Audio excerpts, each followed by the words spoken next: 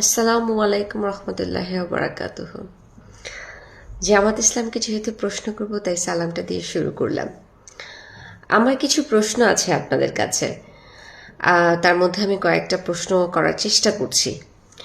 যদি জামাত ইসলাম ক্ষমতায় আসে আগামীতে, তাহলে জামাত ইসলামের মধ্যে আমরা কি কোনো নারী নেতৃত্ব দেখতে পারবো?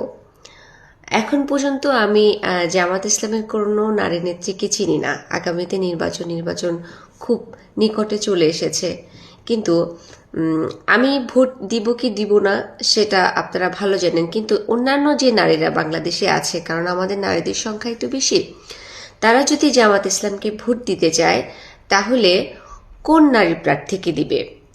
আমরা এখন পর্যন্ত দৃশ্যমান কোনো নারী নেত্রীকে দেখতে পাচ্ছি না।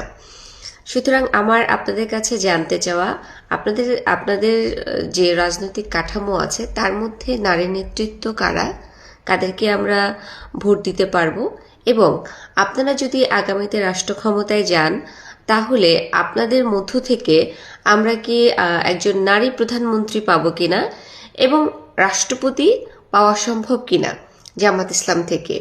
এটা হচ্ছে জামাত ইসলামের কাছে আমার প্রশ্ন। এবং আপনাদের মধ্যে যদি কোনো নারী নেতৃত্ব থেকে থাকেন, তাদের নাম প্রকাশ কেন করছেন না? তাদের প্রচারণায় আমরা কেন দেখছি না? টকশো থেকে শুরু করে আপনারা যত রকমের মিছিল মিটিং করছেন, সমস্ত কিছুতেই আমরা নারীদেরকে অনুপস্থিত পাচ্ছি। এটার আসলে কারণ কি? আপনারা বলবেন যে নারীরা পর্দা করে, পর্দার কারণে তাদেরকে সামনে আনা হয় না। পর্দা করেই যদি নারীরা সামনে আসে তাতে তো অসুবিধা নাই, তারা পর্দা নিয়েই আসতে পারে।